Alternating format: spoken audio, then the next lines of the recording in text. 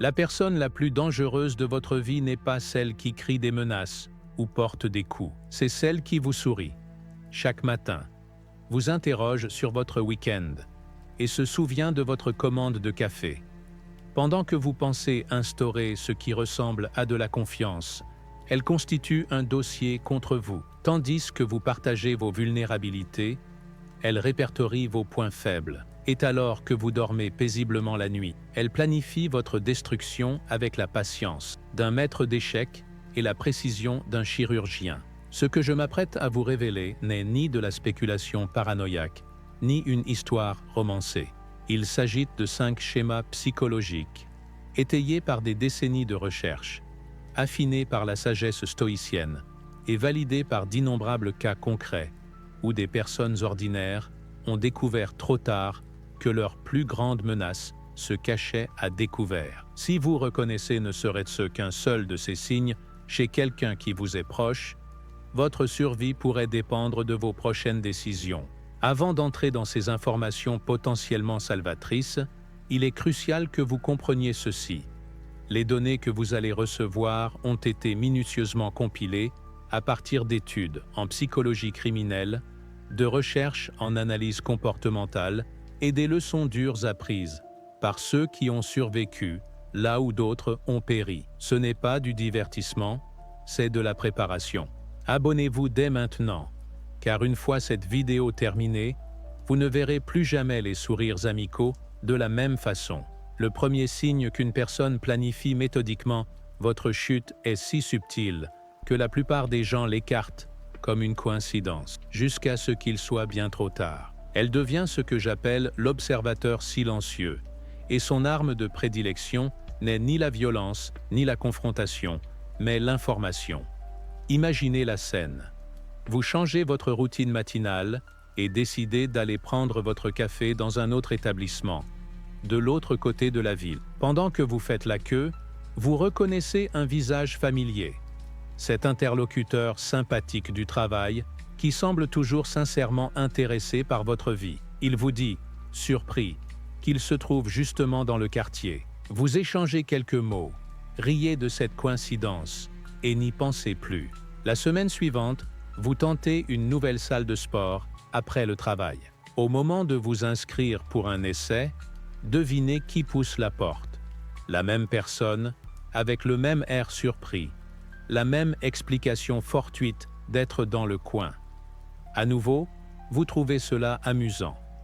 Quelle probabilité, non? Elle a mémorisé votre emploi du temps, étudié vos habitudes et anticipé vos déplacements. Ces rencontres fortuites ne sont en rien des accidents.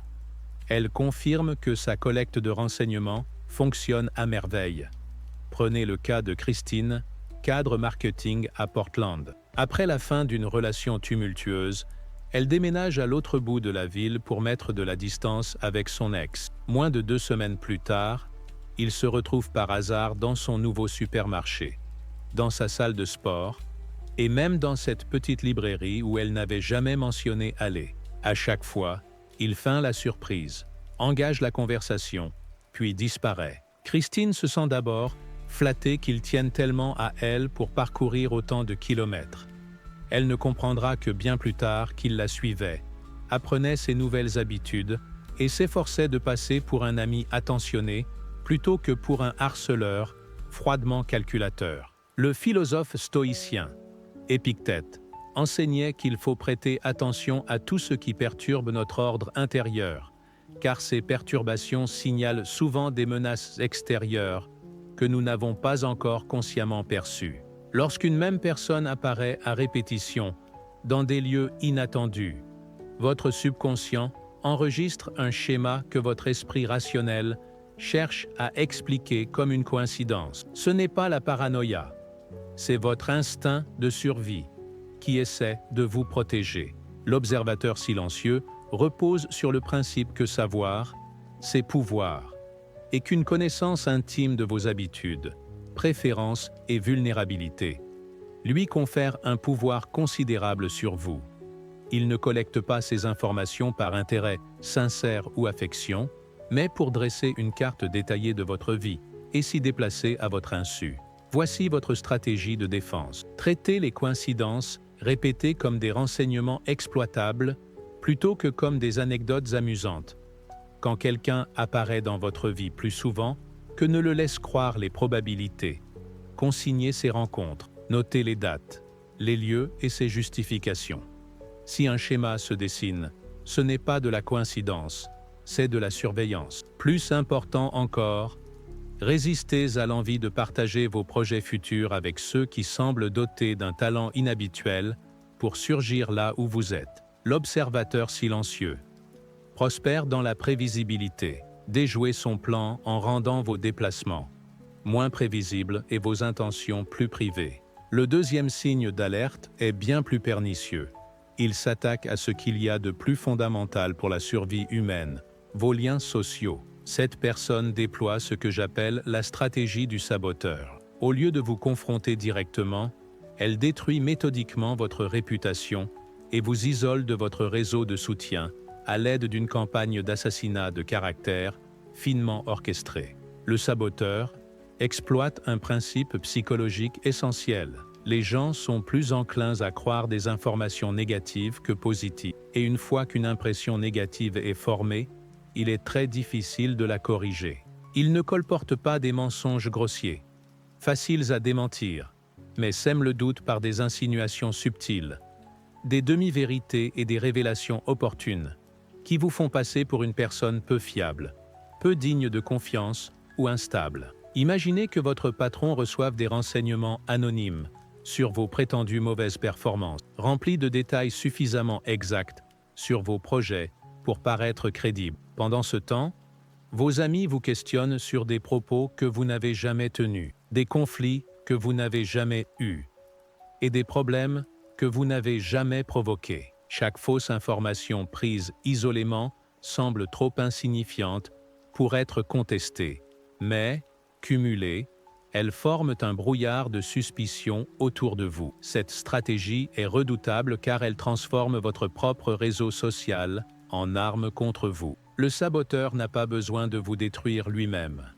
Il convainc les autres de s'en charger pour lui. Il se présente en ami, concerné, source fiable, celui qui veille au bien commun en partageant ses observations troublantes sur votre comportement. Les recherches en psychologie sociale montrent que même lorsque des fausses informations sont ultérieurement corrigées, l'impact émotionnel persiste. C'est l'effet d'influence continue. Le saboteur exploite sans scrupule ce biais cognitif. Marc Aurèle, dans ses méditations, insistait pour s'ancrer dans les faits plutôt que dans les rumeurs, dans les preuves plutôt que dans les ouï-dire. Il savait déjà que la calomnie était une arme politique courante à son époque, tout comme elle l'est dans la sphère personnelle aujourd'hui. Son conseil ?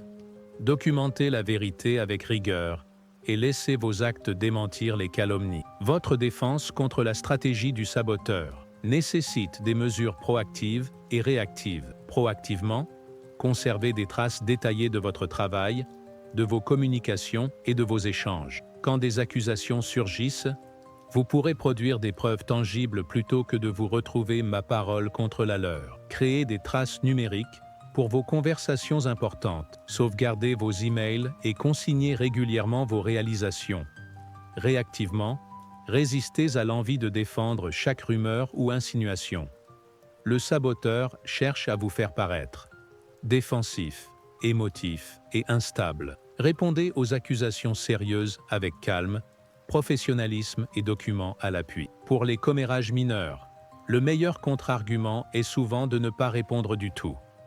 Laissez votre comportement cohérent au fil du temps, contredire le récit qu'on essaye de vous imputer. Surtout, entretenez et cultivez des relations avec des personnes qui vous connaissent suffisamment pour mettre en doute toute attaque infondée contre votre caractère. La stratégie du saboteur fonctionne mieux quand vous êtes isolé et sans alliés pour témoigner de votre véritable comportement. Le troisième signe se manifeste par la rapidité et l'intensité d'une intimité fabriquée. Cette personne adopte ce que j'appelle la façade du faux ami, utilisant une proximité émotionnelle accélérée comme outil d'extraction, plutôt que comme fondement d'une relation authentique. Elle contourne le processus naturel de construction de la confiance en créant, dès le début, une proximité artificielle destinée à abaisser vos défenses et à encourager une vulnérabilité prématurée. Réfléchissez à la façon dont se nouent de vraies amitiés. La confiance se tisse progressivement au fil d'expériences partagées, de soutien mutuel dans les moments difficiles et de constance sur plusieurs mois ou années. Un véritable ami gagne l'accès à vos pensées privées et à vos informations sensibles par sa fiabilité et son attention. La façade du faux ami inverse ce processus naturel en offrant immédiatement un soutien émotionnel intense et des confidences, sans avoir rien fait pour mériter un tel accès. Il peut dévoiler tôt, dans la relation, des détails personnels sur ses propres difficultés, créant un faux sentiment de vulnérabilité partagée qui vous incite à faire de même. Il se rappelle avec une précision troublante tout ce que vous lui avez dit, évoquant des détails de conversations passées pour vous faire sentir entendu et valorisé. Il se pose en confident idéal, le seul à vraiment comprendre ce que vous traversez, quand les autres semblent indifférents. Mais différence cruciale entre empathie authentique et empathie simulée, la motivation. Le véritable ami écoute pour comprendre et soutenir. Le faux ami écoute pour cataloguer vos vulnérabilités, cartographier vos insécurités et repérer vos points de pression à utiliser ultérieurement. Chaque confidence devient un possible levier, chaque peur un potentiel pistolet sur la tempe. Le philosophe romain Sénèque mettait en garde contre la confiance trop hâtive, accordée au charme des étrangers. Ceux qui semblent trop beaux pour être vrais ont souvent des arrière-pensées, et ceux qui offrent leur amitié trop facilement poursuivent, généralement, des motifs cachés. Son conseil ? Laissez le temps révéler le caractère, car la vertu authentique se manifeste par la cohérence des actes, non par l'éclat des paroles. La façade du faux ami trahit souvent de subtiles incohérences que votre subconscient détecte avant votre esprit rationnel. Il retient des détails insignifiants de votre vie, tout en oubliant ce qu'un véritable ami jugerait important.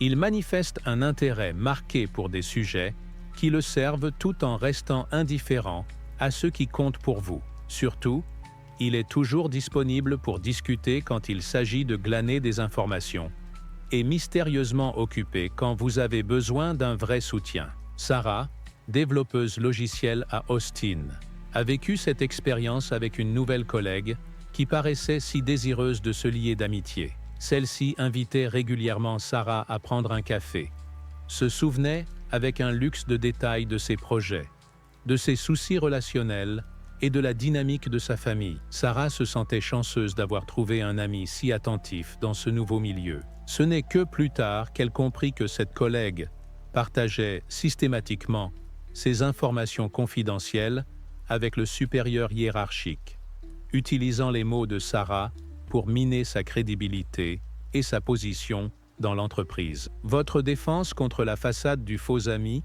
consiste à ralentir délibérément le rythme de la relation, quelle que soit la naturelle apparente de cette intimité accélérée. L'amitié véritable peut attendre que la confiance se construise. L'extraction manipulatrice, non. Protégez vos informations privées, dès les premiers stades de toute nouvelle relation.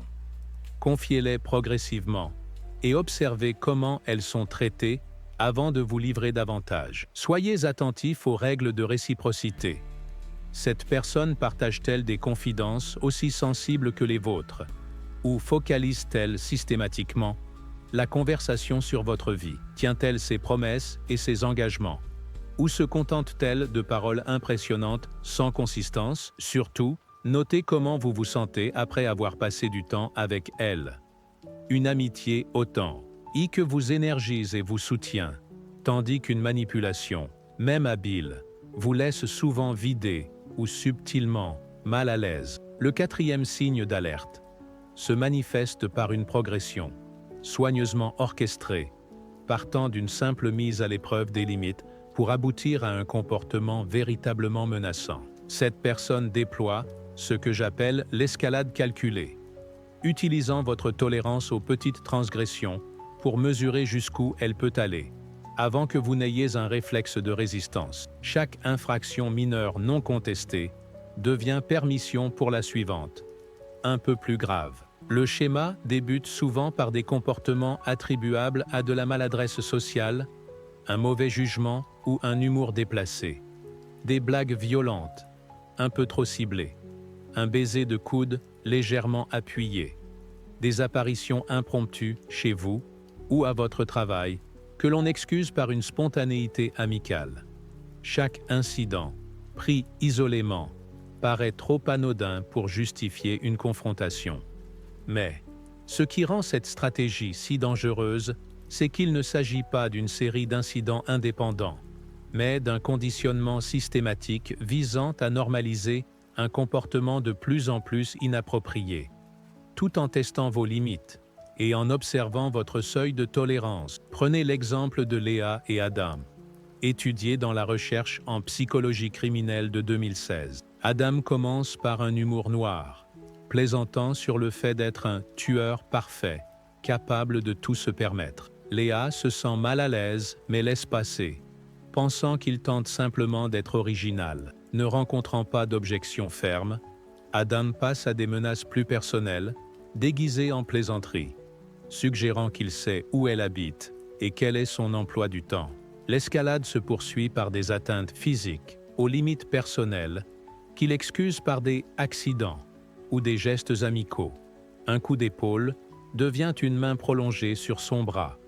Une proximité excessive se transforme en suivi jusqu'à sa voiture. Chaque montée en puissance est assez subtile pour que Léa doute d'elle-même, mais assez forte pour qu'Adam jauge sa tolérance à la phase suivante. Le point culminant survient lorsqu'elle découvre un couteau de cuisine, déposé intentionnellement sur son paillasson, accompagné d'un simple mot, « Thinking of you ».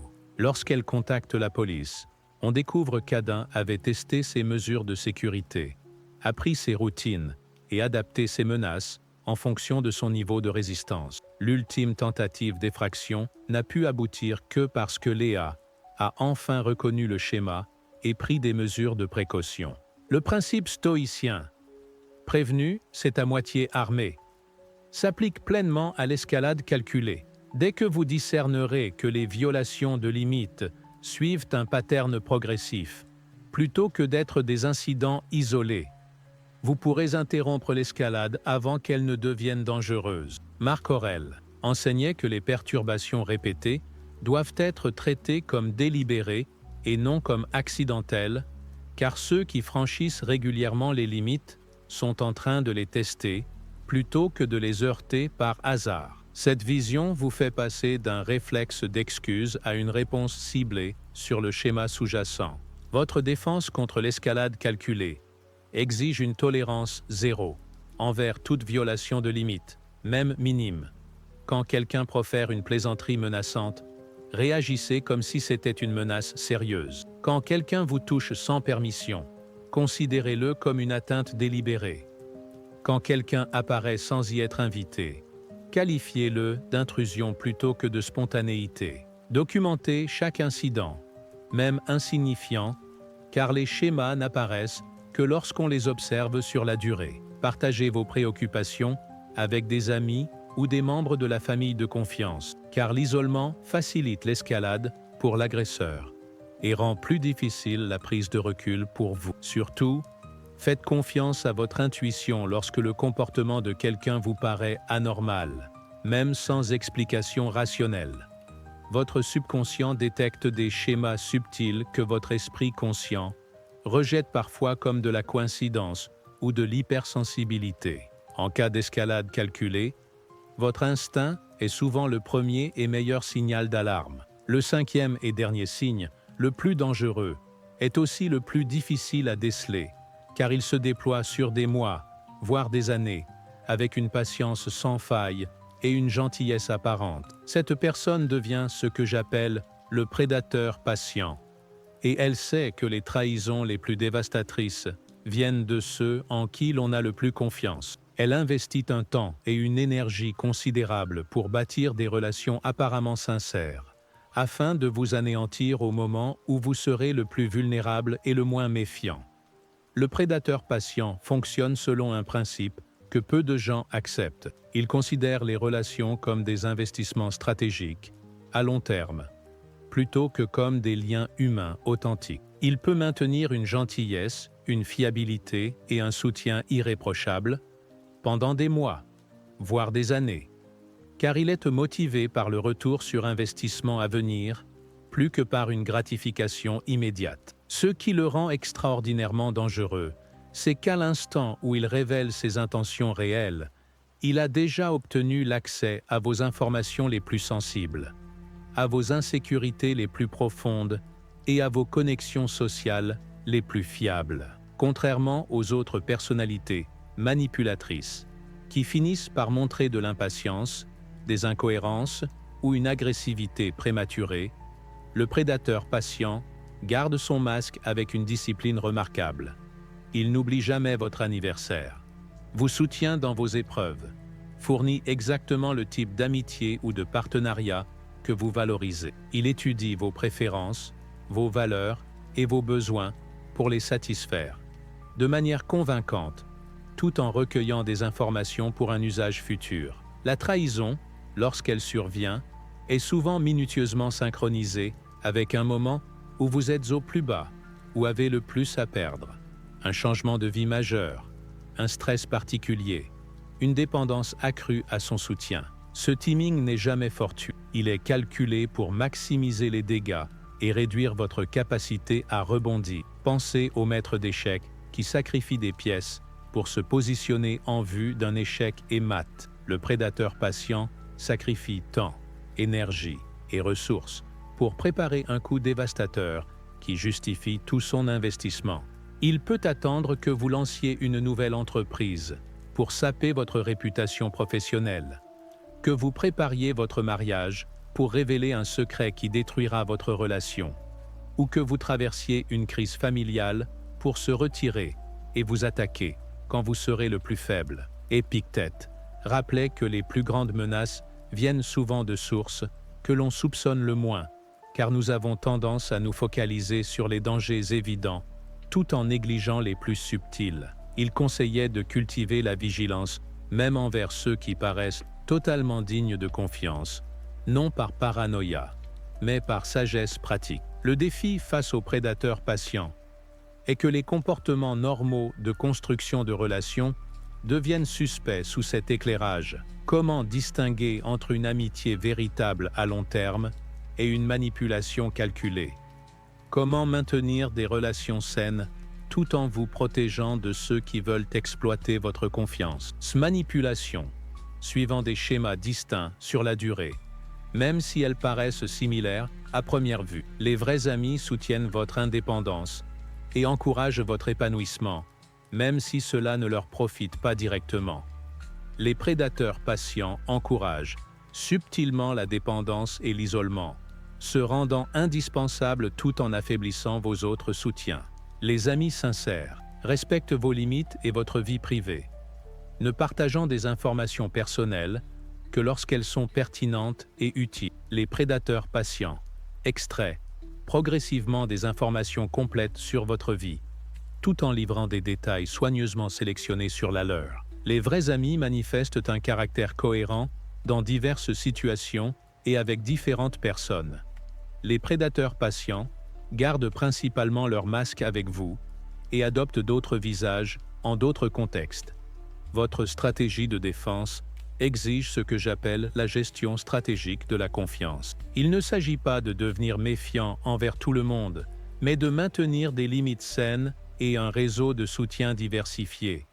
Quelle que soit la confiance que vous accordez à une personne, ne mettez pas tous vos œufs émotionnels, financiers ou sociaux dans le même panier, même si ce panier semble des plus fiables. Répartissez les informations importantes entre plusieurs relations de confiance, plutôt que de tout confier à une seule personne. Conservez des amitiés et des relations professionnelles indépendantes, qui ne dépendent d'aucun soutien ou approbation unique. Surtout, préservez votre capacité de jugement et votre indépendance décisionnelle, même dans les liens les plus intimes. Observez comment les prédateurs patients réagissent lorsque vous appliquez ces limites saines. Les amis véritables respectent votre besoin d'indépendance et de diversité relationnelle, tandis que les prédateurs manifestent une subtile rancœur ou vous mettant la pression si vous ne faites pas d'eux votre principal soutien, conseiller ou compagnon. Maintenant que vous connaissez ces 5 signes d'alerte, laissez-moi vous proposer une trousse à outils complète pour conserver votre vigilance sans sacrifier votre capacité à nouer de vraies relations. L'objectif n'est pas de devenir paranoïaque ou isolé, mais de développer ce que les stoïciens appelaient le discernement prudent. Commencez à tenir ce que j'appelle un journal des schémas. Il ne s'agit pas de consigner chaque interaction sociale, mais de noter les situations qui vous mettent mal à l'aise, vous troublent ou vous donnent le sentiment d'être manipulé, même si vous ne pouvez pas l'expliquer immédiatement. Les schémas dangereux n'apparaissent souvent qu'à la rétrospective, quand on examine plusieurs incidents ensemble, lorsqu'une nouvelle personne entre dans votre vie et montre un intérêt exceptionnel à nouer rapidement une relation proche. Appliquez ce que j'appelle le test du temps. Le caractère authentique se révèle à travers une constance sur la durée, tandis que la manipulation se manifeste souvent par une impatience quand la relation n'évolue pas aussi vite qu'elle le souhaite. Développez un réseau de conseillers de confiance, capables de repérer des changements dans votre comportement ou vos circonstances que vous pourriez ne pas voir vous-même. Parfois, nous sommes trop impliqués pour garder une vue d'ensemble, et un regard extérieur met en évidence des schémas qui nous échappent. Pratiquez ce que les stoïciens appelaient la préméditatio malorum, ou visualisation négative. Il ne s'agit pas d'attendre le pire de tout le monde, mais de vous entraîner mentalement à réagir si quelqu'un en qui vous avez confiance venait à vous trahir. Avoir un plan réduit. Le choc et la paralysie, qui accompagnent souvent la trahison, vous permettant d'agir plus efficacement lorsqu'il le faut. Surtout, maintenez ce que j'appelle la diversité relationnelle. Ne laissez jamais une seule personne devenir votre unique source de soutien émotionnel, social, professionnel ou pratique. Ceux qui veulent vous contrôler ou vous détruire commencent souvent par se rendre indispensables, puis retirent leur soutien au moment où vous en avez le plus besoin. Les anciens stoïciens savaient déjà, et la psychologie moderne le confirme.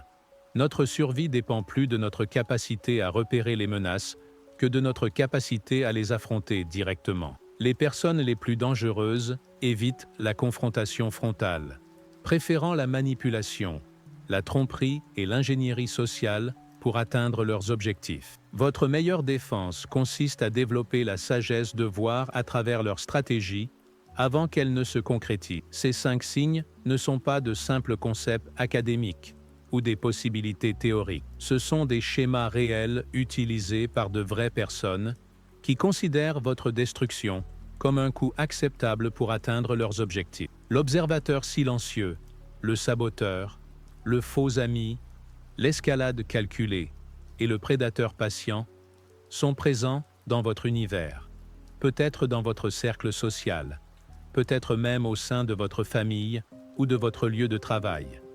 Mais la connaissance est pouvoir, et vous détenez désormais une information que la plupart de leurs futures victimes ignorent. Vous comprenez leurs stratégies, reconnaissez leurs schémas et savez comment vous défendre sans sombrer dans la paranoïa ou l'isolement. Vous pouvez nouer de vraies relations tout en vous protégeant de ceux qui chercheraient à exploiter votre confiance. Votre instinct existe pour une raison, affiné par des millions d'années d'évolution pour détecter des menaces que votre esprit conscient pourrait manquer. Quand quelque chose vous paraît anormal dans le comportement de quelqu'un, même sans explication logique, écoutez ce sentiment. Ce n'est pas de la paranoïa s'il prépare quelque chose. Ce n'est pas de l'hypersensibilité s'il teste vos limites. Ce n'est pas une coïncidence s'il vous surveille réellement. Sauvegardez cette vidéo. Partagez-la avec ceux qui vous sont chers. Regardez la prochaine vidéo sur les narcissiques cachés, qui approfondira ces concepts avec des tactiques et des défenses encore plus spécifiques.